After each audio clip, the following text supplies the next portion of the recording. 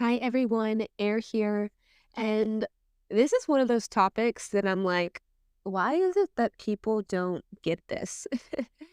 And at the end of the day, it's like the whole women are from Venus, males are from Mars concept. And I don't know about that. I'm going to go with we're all energy. And yes, we have different biological processes and different ways that we think and react and emotions. But once you get the blueprint on male psychology, it is so easy to communicate with men. It is so easy to cross, the wide plain, this huge field that we have said that there's mines and booby traps and, like we're just trying to get to the white. It's actually really not that hard. You can communicate with men so easily. You can convey emotions and speak their language, just like you can learn Spanish or you can learn French or you can learn Latin or sign language. You can learn how to talk to men and vice versa. If you're a man, you can learn how to talk to women.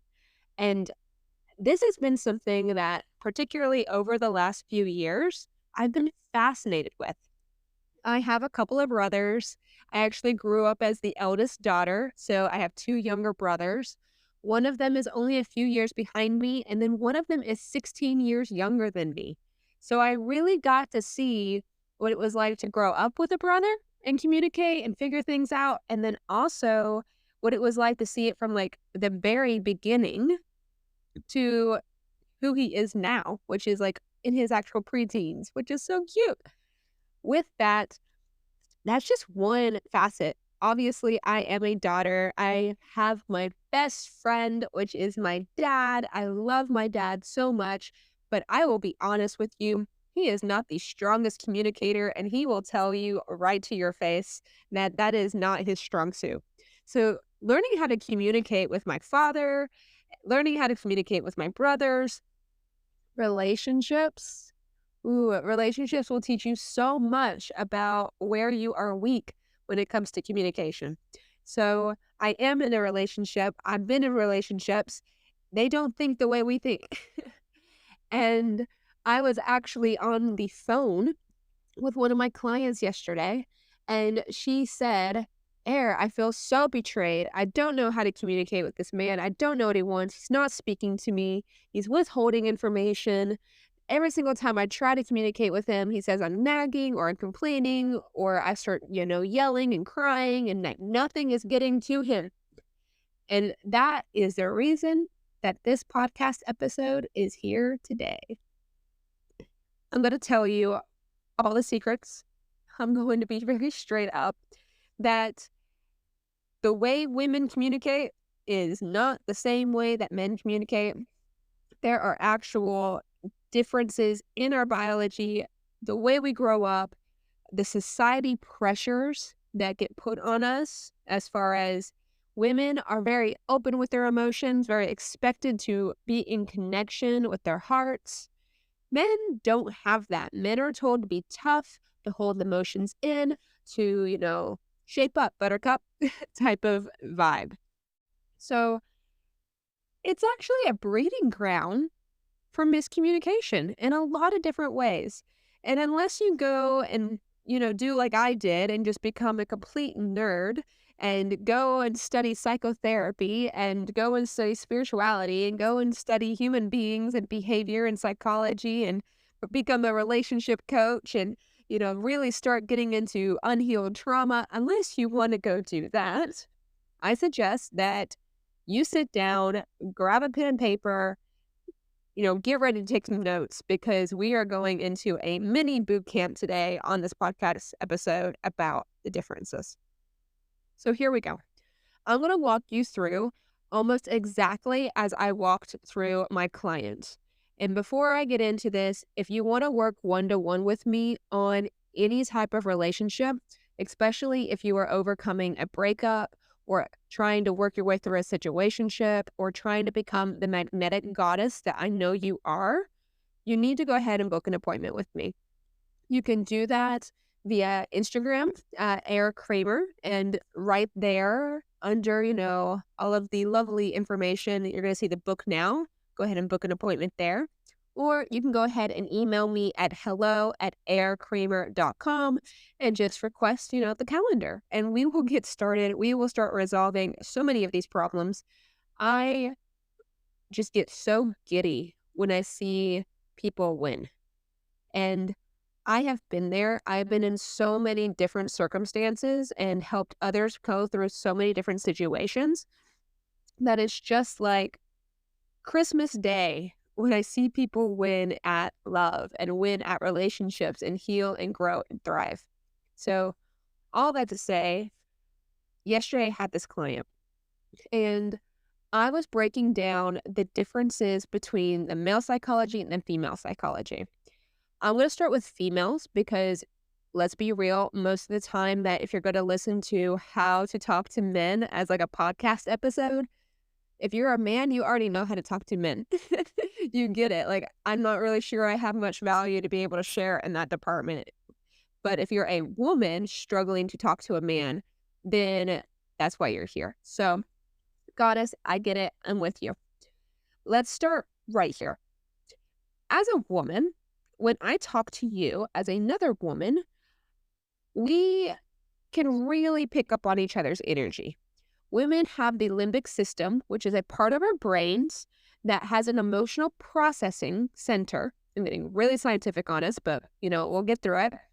This limbic system processes information, especially hormones and emotions, very quickly.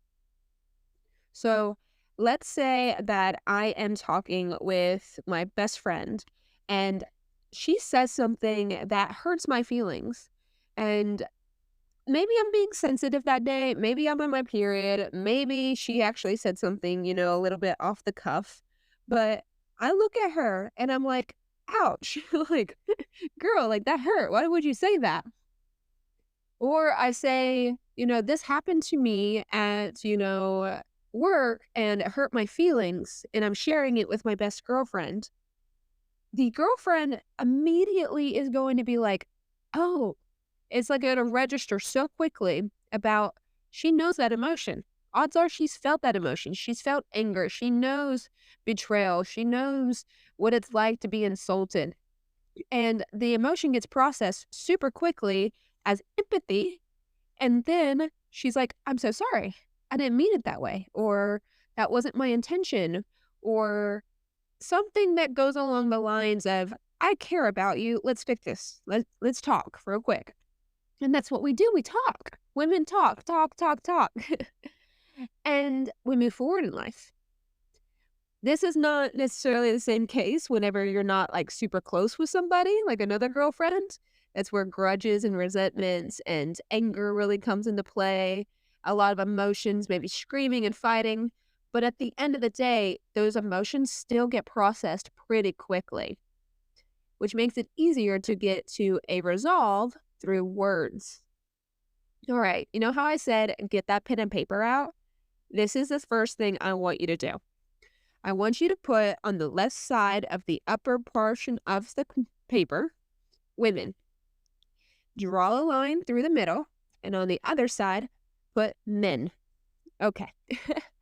So, on the woman's side, on this column, I want you to label limbic system, LIMBIC system, and then put emotional processing, fast, all capital letters, fast, because we quickly process emotions, right? We know when something feels bad immediately. We know when something feels good immediately. Like we're like, ready, set, go. All right. Right under that, I want you to put words. Women like to use our words. Awesome, right? Flip it to the other side, the other column, the male column. Put limbic system, emotional processing, slow. It takes a while. A man really might not know how he feels about something for hours or days, weeks, maybe even months or years. Like, It really depends on how much work a man has done individually on himself. We call it emotional maturity or becoming self-aware, attuned to oneself on how fast this is. But it's always going to be slower than the woman's limbic system. And that is just biology. It's not their fault. That is just how it is built. Okay? Now, we're going to get into the second half of what's going to be under that for the male section. But just for now, we're going to go back to women. We use our words. We convey our emotions quickly. We like to work together in teams. I may actually put a little bit of caveat on that. I'm a little bit of an independent type of worker because I'm an introvert. But overall, like, I love to gather with my girlfriends. I love to go out with my girlfriends or at least, get on the phone. My isolation as an introvert doesn't necessarily mean that I don't want to work with others. Okay? These is how a woman-to-woman conversation works. It's awesome how a woman-to-woman fight works. Not so awesome, but we get the job done. Let's flip it over to male or man to man.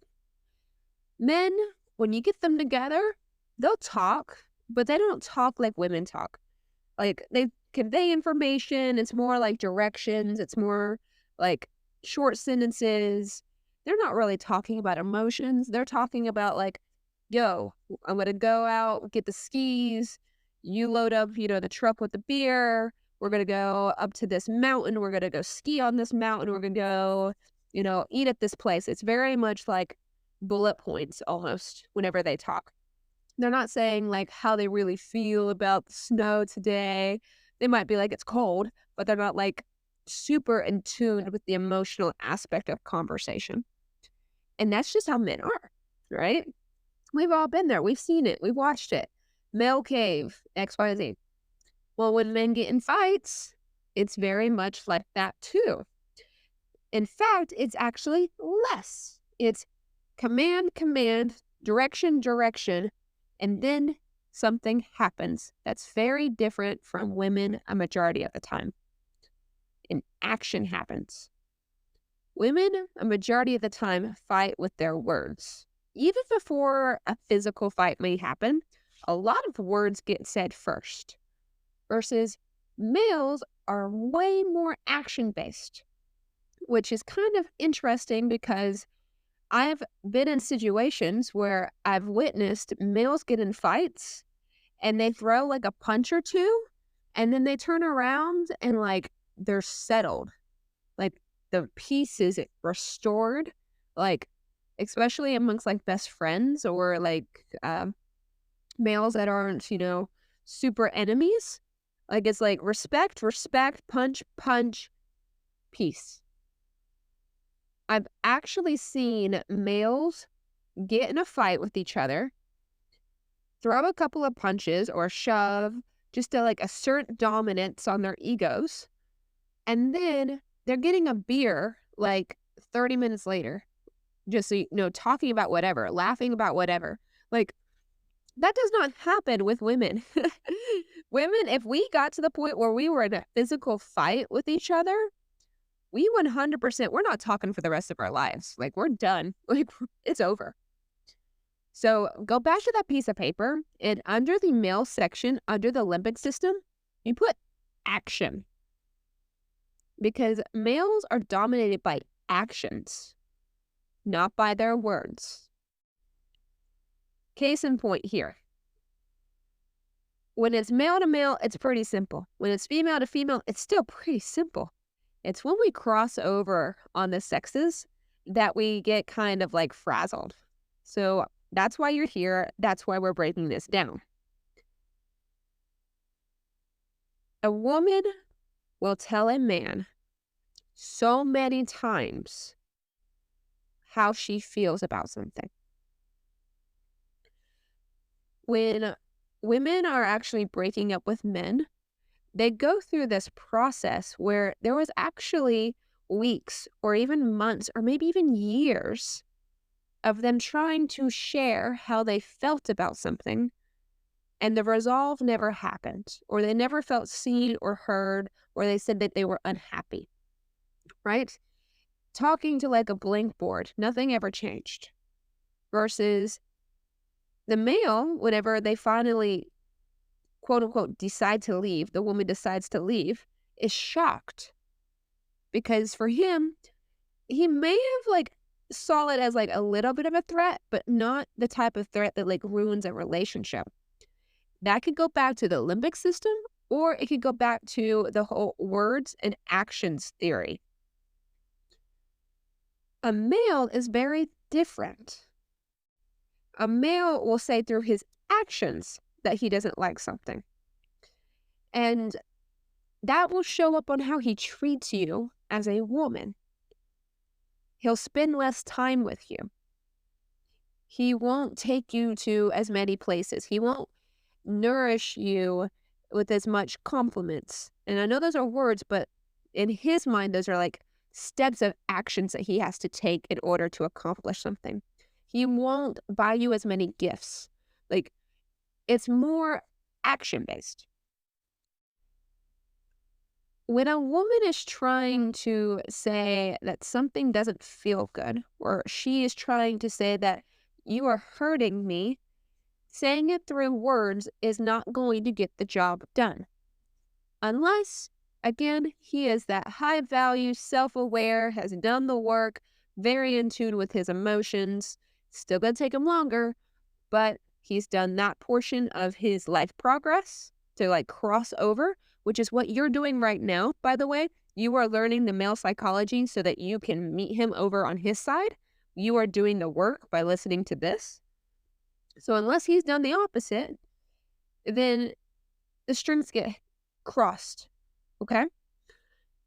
Here is how to help a male change his behavior if he cares about you, because at the end of the day, he gets to choose. He has free will, right? But as a relationship, you can help facilitate this. You can help him out. And odds are you love him. Odds are you're trying to communicate with him. Odds are you're trying to keep the relationship going. Or maybe you're trying to get in a relationship. Or maybe you're just trying to share with somebody that you care about that a boundary has been violated. Women, we can get so much done when it comes to males when we use what's called absence. Now, absence is an action. Remember, males respond to actions. You're probably like, wait, Air. Absence? You want me to ignore him? You want, like, that clearly doesn't work. You want me to go away? You want me to break up with him? Absence? Pause. People have a huge misconception of absence. When you use it in its misconception, it comes out as manipulation. I am never going to tell you to manipulate. Even if the definition of manipulation means a change of energy, I'm still recognize that it has such a negative connotation that I'm not going to ever recommend it. And I don't think it's the best tactic to be able to have a healthy relationship. So I'm going to get really picky on absence here. First and foremost, on your paper, absence, write it down somewhere, anywhere. You can like put a line, under to where like you have a new section, wherever. Absence. Absence is an action. That is important. We are crossing the threshold. We are talking to men the way that men talk, not the way that women talk. Okay? So we're talking through actions. Here we go. Remember whenever you were in school.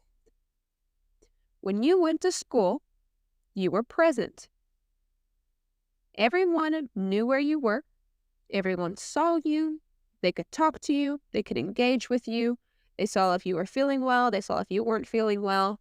You were present. To be absent means you didn't show up. You decided through an action to not get in the car and go to school. You decided to not engage because you weren't at school. You decided to not contribute to the furtherment of your education or quote unquote relationship with your education because you were absent. You didn't ignore the school, right? You made a very much position of you're not ignoring them, you're just not there. You didn't yell at the school, you're just not there. You didn't nag the school, you are just not there. You did not tell the school how you felt, you were just not there. You were absent. You also did not try to control the school. You are not there. You did not assume that the school was going to close or change its behavior or decide that it was going to come to you. By being absent, you are not there. So, what did you do in your absence? Well, let's say that you didn't feel well that day.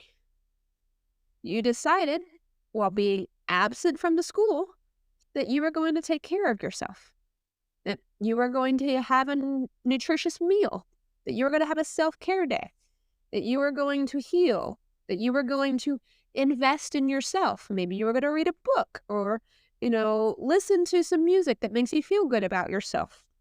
Talk to a friend, spend time with your family.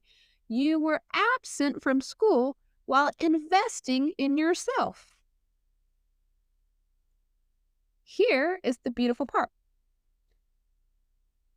Men respond to absence because it's an action, and that is their alert system. They will recognize that you are absent. Men are very, very smart. They are very strategic. They understand processes and how things work. That is one of their strong suits, functionality.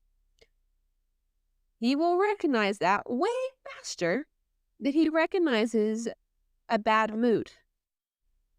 Or he recognizes how to understand when you say, I'm fine. He recognizes absence. He also recognizes that he's not being yelled at. He recognizes that there's no complaints.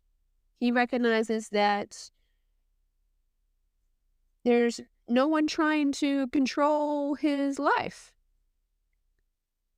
Men don't like stress, and women don't like inconsistency. It's a whole different topic, but just for any males that are listening out here, if you want a woman to be sweet and heavenly and blissful and lovely, be consistent and you won't have the stress. But going back to communication through absence, why is this so powerful as a woman? Well, you did get to hear that in your absence, you get to invest in yourself, which brings up your value, which makes you feel better, especially if some type of betrayal or some type of situation has happened that's made you feel really bad about your relationship. So that's a bonus. But also, through being absent, it allows kind of this ability to reset the stage. Another way I could say resetting the stage would be reset the power dynamic. Often as women, if we've gotten to the point where we're super emotional, like we're crying over something, or we're screaming over something, or we're nagging or complaining or just feeling unworthy or unloved, often if we got all the way down to that point, we're feeling powerless. And by choosing absence and action, we get to reset the stage. As women, most of the time, we are the smaller, weaker, slower species. The reason that we use absence as an action mostly is because we can't go all the way to the other side of the threshold. Remember how I said when males have a conflict, they may swing a couple of fists? Well, women can't really do that, right? I know if I got in a fist fight with my boyfriend that hey, he'd probably take me down a couple punches. He would never hit me, but just the dynamic of it. Or if I got in a fist fight with my brother, I remember growing up clearly the point in time where I used to wrestle with my brother and, play. And then there just came one day where we just couldn't do that anymore. And it wasn't because of the whole growing up prim and proper. It was more of he would hurt me. So we couldn't do that, right? So it's an action that allows us to kind of bring back some of our power and our strength because our emotions have kind of been stripping away our perceived power of ourselves. You're always powerful, but it's perceived power. And it resets the tone. It allows for an equal playing field. Okay? Now, here's the reason that absence is not manipulation. It's about control. Control and power are very different. When you choose to be absent from something, you're not choosing to control the situation or the person. This is a form of boundaries. Males respond to boundaries when it comes to respect. Women are always after love. Men respond and are after respect. When a woman establishes a boundary, she's choosing to go to the other side of the threshold, and you can put this under the male side, respect, and put it under the women's side, love. She's choosing to meet him on his territory. She's choosing respect over love. This means she's not looking to control him anymore. She's looking to love herself enough and respect herself enough to leave the situation, which means he's not being told what to do.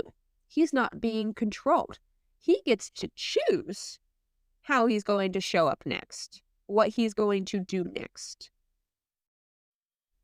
This is a beautiful place to be because this is an authentic place to be in a relationship.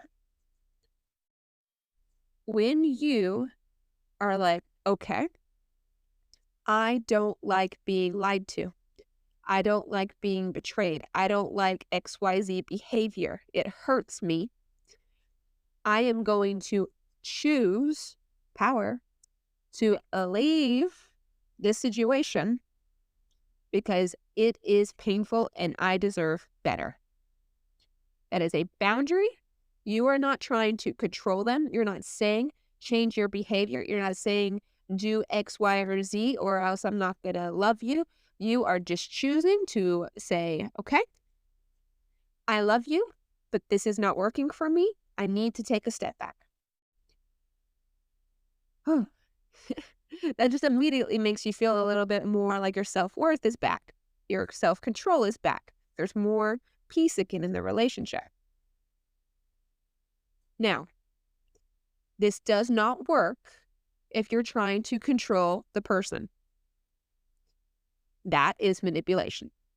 That is the whole point right here. With that, let's take this another step further. When it goes to the fact that we're talking about the differences between males and females, it's going to become important for you to realize that absence and ignoring are very different, and how you approach the use of absence is going to be very vital. Because if you do it incorrectly, you will damage the relationship. it will come off like you are avoiding or abandoning the relationship. That is not the goal, remember? The goal is to set a boundary and communicate with the male psychology the way that they understand communication. So when you choose to use absence as a tool in your relationship to be able to convey information, you have to do it in a very precise way.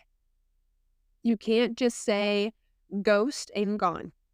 That is unhealthy. That will not help anything when it comes to engaging in a healthy relationship. This is how you do it. Okay? You know the whole school theory of when you choose to be absent from school, you can send a note to the school. In fact, these days, parents are actually required to do it, to say that Sally will not be in school today because Sally is not feeling well, Sally is hurt, Sally is XYZ, right? It's the same thing when it comes to relationships, okay? It is your responsibility, and you should have full accountability on conveying the information about what you're choosing to do next when you are in a relationship with someone. In this particular instance, you can sit down with your brother, your husband, your boyfriend, your colleague, whatever, and say, calmly, controlled, I've been trying to convey this message to you, that X, Y, and Z have been impacting me emotionally, hurts my feelings, is influencing our relationship. I don't know how to move forward right now without an understanding of how we can change this together. Therefore, I am going to take a step back, and I'm going to choose to invest in myself and heal this portion of what has happened on my end.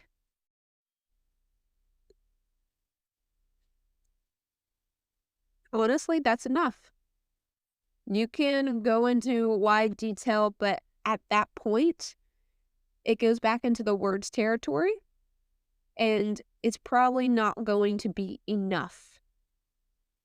Like, you're not going to resolve it through words because you've been trying to resolve it through words, and more words are not going to help. But it is the mature thing to do to share this information with them, because you're not supposed to abandon them or ghost them or, manipulate the situation. You are just saying what is on your mind, in your heart, very calmly, very peacefully, letting them know that this is what's happening next. This is called a boundary, and it's not for them. It is for you, which is why this next piece is even more important. Women, this is where men watch you. Because remember, men are smart.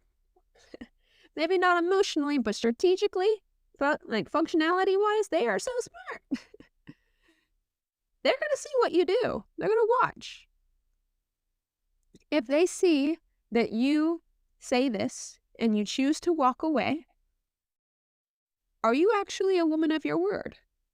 Are you strong enough to walk away and choose to invest in yourself, choose to heal yourself, choose to stay away, keep your boundary? Or do you wait a few days or a week, maybe a few weeks?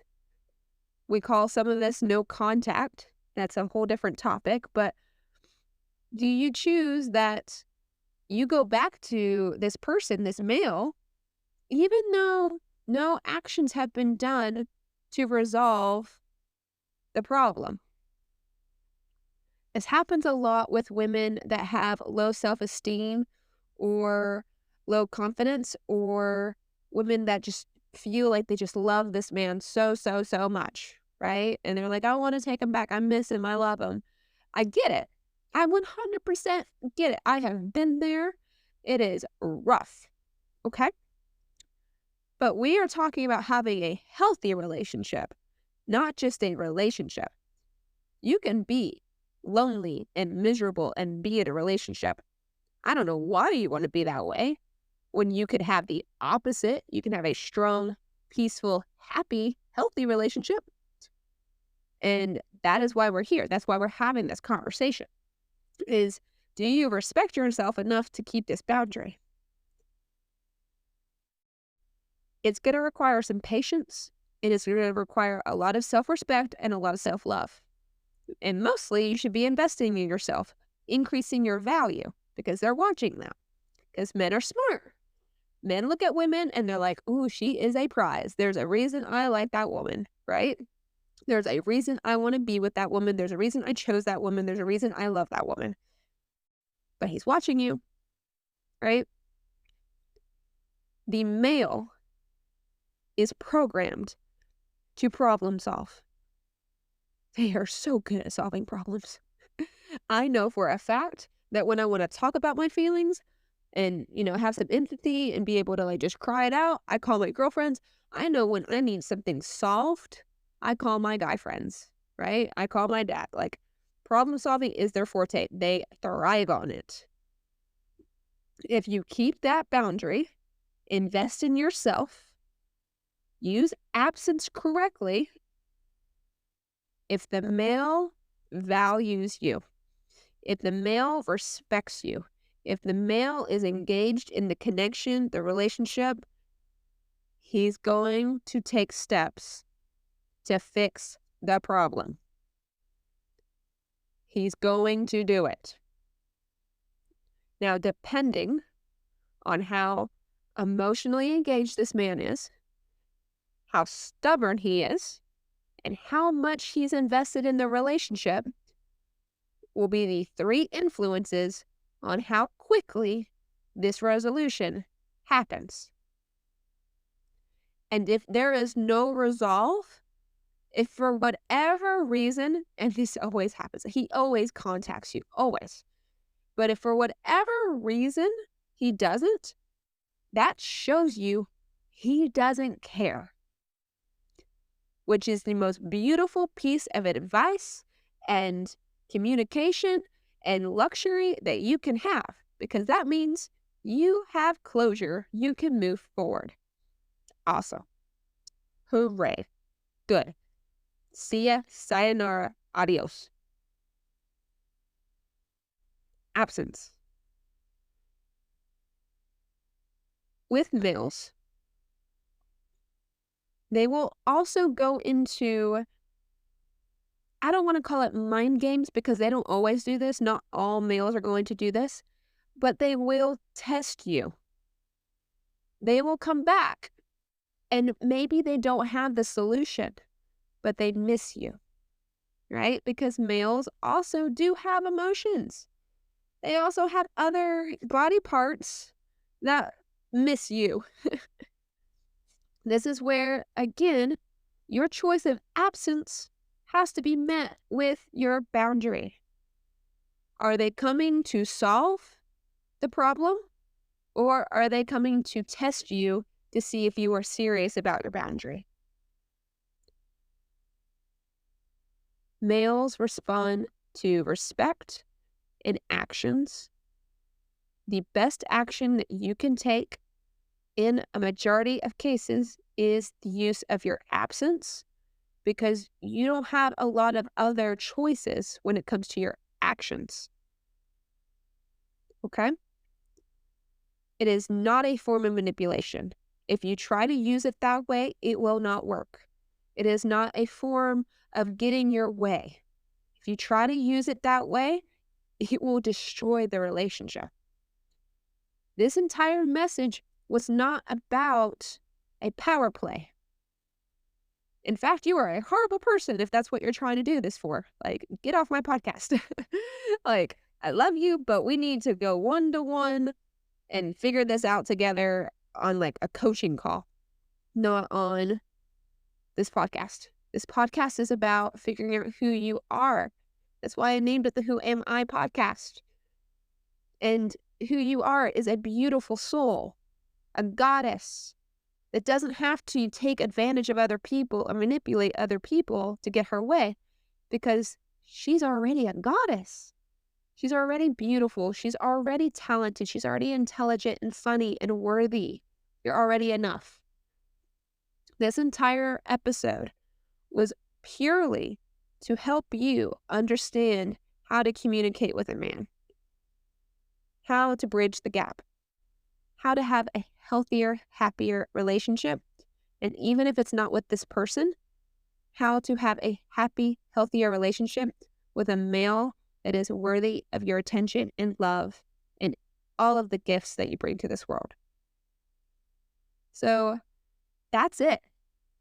It's so simple, but so many people don't know this. I hope it helped. If you have any other questions, again, we can get on a one-to-one call or, put a comment in the show notes and I'll answer it. As always, goddesses, thank you for healing and growing with me today.